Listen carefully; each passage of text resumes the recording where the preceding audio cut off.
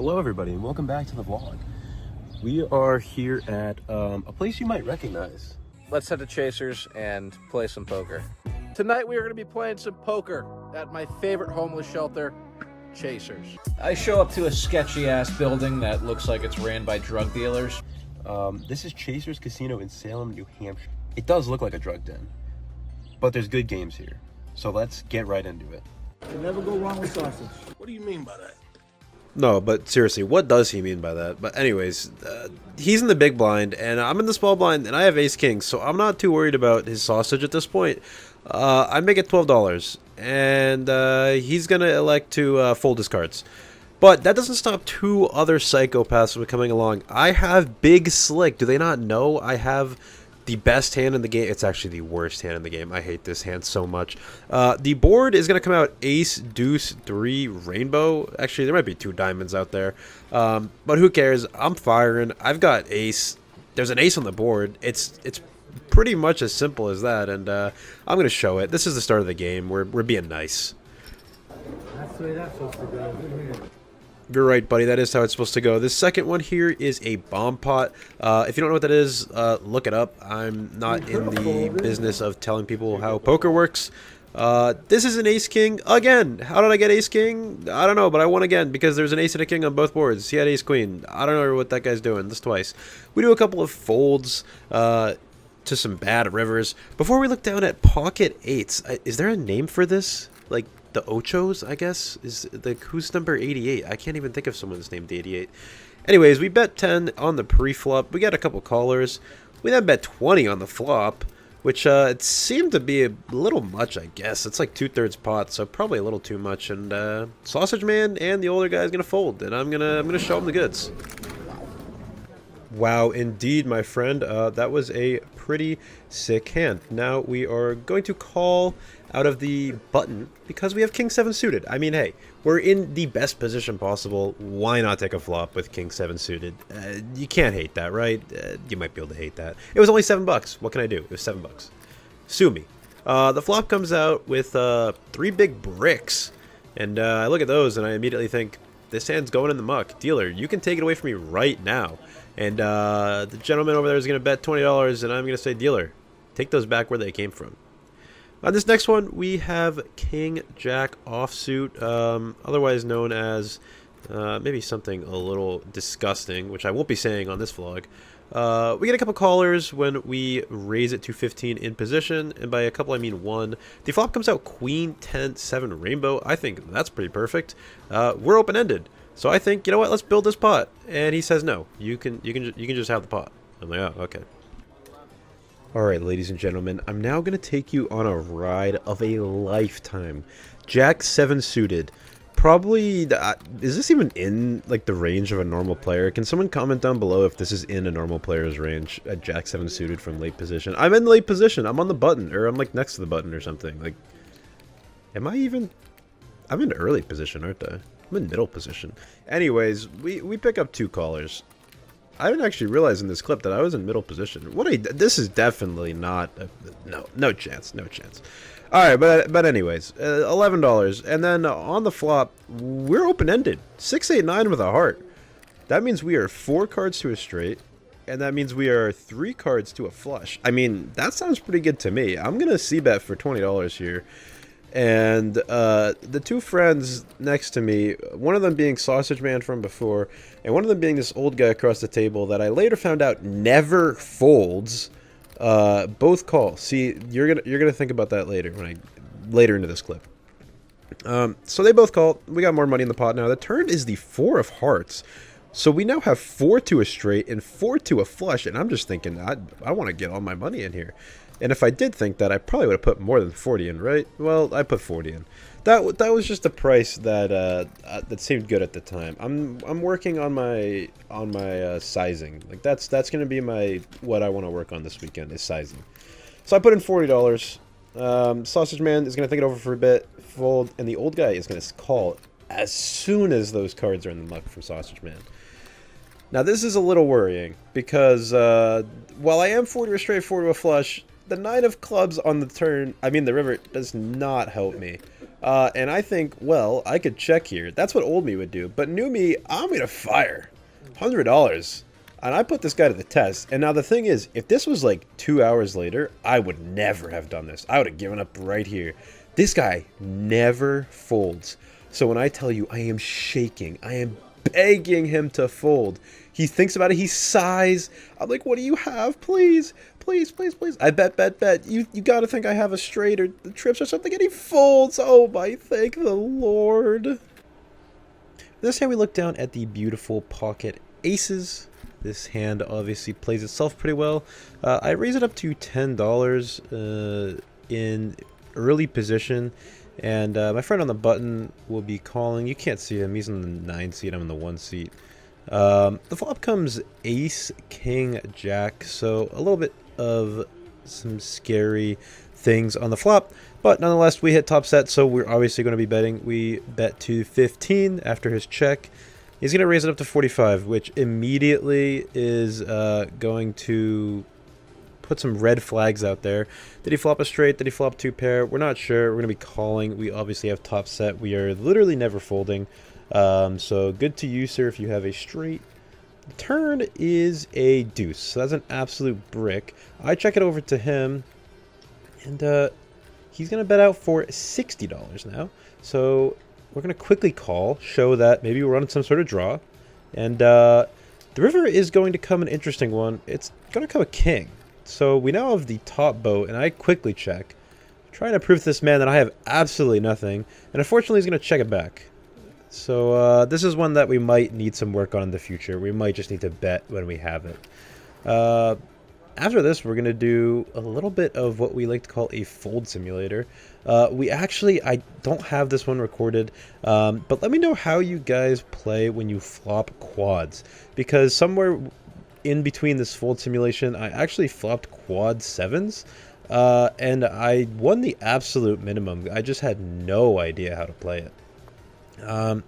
In this hand, we raise it up to 25, and the man behind us just says, you know what, I'm just all in. I'm all in. He has $100. Now, I'm up a good bit of money at this point, and so I think, you know what, I mean, fair play to you, man. I have a pair, like, if I'm alive, I'll call. I think I asked him if I was alive, and he doesn't really say much, so I tend to think, well, you probably don't have aces. And sure enough, he flips over ace-king. And for some reason, I stopped recording. But this is essentially what the board looks like. So yeah, we win. Good job, us. I'm realizing literally as I am ready to ship this video out why I don't have the run out for this flop. It's because it's the run out that you saw at the very beginning of the video that was supposed to be like the epic opening, like, oh, look at this run out, we don't know the last card. That was it. I put it there and I forgot to make a copy of it. I just cut it and moved it there. And I've been editing this for a couple days, so I forgot it. But then I made this really funny paint thing and I thought it was funny, so I left it there. But here's the run out. Oh. In this hand, we are going to look down at pocket deuces, the ducks, as some might call them. I'm going to raise it up to 6. Just make it a little bit of a raise, nothing too crazy. We're going to get a couple callers before we are going to look at a raise of $20. I don't love this, but if you know how I play, you know I am set hunting. So we put in the call, set mining, whatever you'd like to call it. And the flop comes out very interesting. It's a queen, jack, queen. Now in this spot, you'd think probably just give up, right? But I didn't believe what this guy was selling. He had been absolutely blasting off all day. So he raises to 30, or bets 30. I think about it for a bit. I think, you know, this guy, he's kind of blasting off today. He's on like his 3rd buy-in. I put in the call. Planning on just probably giving up. The turn is a 4, so nothing really changes here, and it's going to check through. I think if there's a chance we can get the showdown, I mean, I don't know what we're beating at this point. The river is a 5, and he checks it again. I flip over 2s, and somehow we're good. I have absolutely no clue what we beat there. I mean, I guess ace king, but that's about all I can think of. And this next one, we're gonna be raising up king queen offsuit to $10. The flop is gonna come out ace jack 10. So we just immediately flop the nuts. I have absolutely no clue how to get paid on a board like this. I probably should have just started going big immediately and just pray he has something. I bet out for 10, he calls. I bet out for 10 again, he calls again. This one gets a little funny. We started laughing. This is a guy that we'll talk more about later. On the river, I just blasted out for 25, see if I can get some money for it. Show him the nuts. Starts laughing. Everyone starts sort of laughing, like, yeah, I guess. And I told him I had no idea how I was possibly going to get paid there. In this one, we have Jack 9 suited. We're going to bet $6. And we're going to see a flop. There's one caller. And the flop is going to come very interesting. It's Jack Queen 8 with 2 hearts and a diamond. Now the small blind is going to raise us off of this bet. He's going to raise it to 20. Now, obviously, this sets some immediate alarm bells, but I'm not ready to be done just yet. I call the 20, and the turn is the 10 of spades. So I've improved to a straight. We now have not the nut straight, but we still have a straight. It is $30 for me now. And he's going to put in the call after thinking about it for a bit. At this point, I really cannot put him on any sort of range of hands, especially when the flush completes on the river. Now, when the river flush completes and he checks it over to me, I am very happy to just show my straight. And he is very happy to muck his hand. So we are going to take down another one. And I am very happy with the way that one turned out, because I don't know what I was doing in that hand. That is absolutely disgusting. This is probably one of the more interesting hands I've played in a minute. And I say that after you guys saw that bluff from before that should never have gotten through. As you can see, I have this big stack with the middle finger going with some greens in the front. We raise ace 3 offsuit to 12. I've been running so good today that I'm sort of just raising every decent hand at any position. We get one caller, and the flop comes out brick, brick, brick. I don't know what those cards are doing there. For some reason, those don't even look like cards. Weird. We bet out for 15. And the man pretty quickly calls. It should be known that 2 of these bricks are suited, but that's about all that connects this board. And on the 4th card, funnily enough, it's also a brick, which is strange, but it doesn't complete the suited bricks. So imagine 2 of these bricks are suited and 2 of them are not. So you know what I'm going to do when there's 4 bricks on the board? I'm just going to double my bet size and see what happens. So I bet for 30, and he calls again. This is where it gets a little dangerous. I do some posturing with my chips here, trying to count out like all these chips, like I'm gonna put these all in the middle. When the 5th brick comes, I say ace high very nervously, and he says you're good. And I win a board with 5 bricks. I cannot even tell you what just happened there. Alright, in this last relevant hand that I recorded, we are looking down at 6-6. I could not tell you what position this is. I'm trying to look for the button. I don't see it. Let's just assume we're in the small blind. I'm pretty sure that's where we are. So anyways, I raise to $10. I think I'm in like under the gun. That makes way more sense. Let's just say under the gun. The board comes out ace, king, 5. So we didn't hit a 6. But is that going to stop us from betting? No, not at all. I put 25 out there. The guy on my left folds, who's like the smarter player, which I'm very happy about. The guy that's going to call is the guy that is on his like 4th buy-in at this point, and like I'm really not sure how the ATM has not just stopped working on him at this point. On this turn, I think it's time to just barrel, because the turn is another ace. So what do you do when you have 2 6s in your hand? You start counting out 30, and then you decide, how about we double that, 60?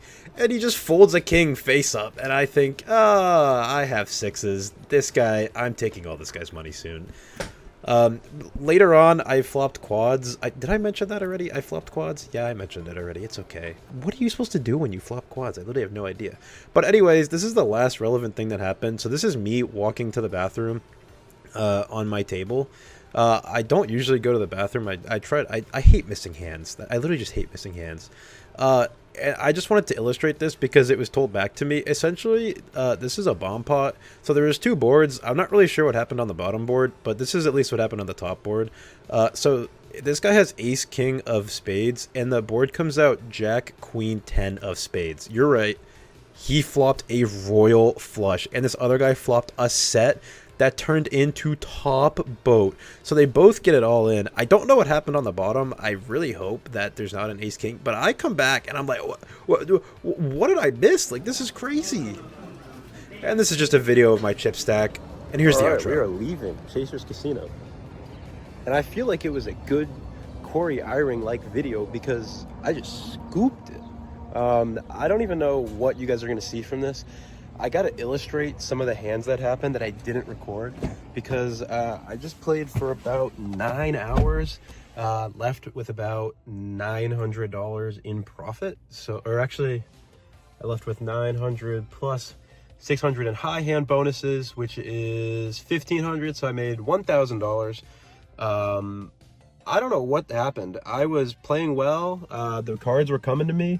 And then they weren't for a bit. I was down a bit, and then I just started winning and winning and winning. I got aces 3 or 4 times, I think. I just got ridiculously good hands. I had really good spots. I didn't have to bluff that much. I got 1 or 2 bluffs through. I think you guys are going to see one. But that was just a ridiculous day. Chasers, absolutely great place. If you're in the New Hampshire area, come play. And yeah, I hope you guys enjoyed this video. This was a wild one. Yeah. Peace out.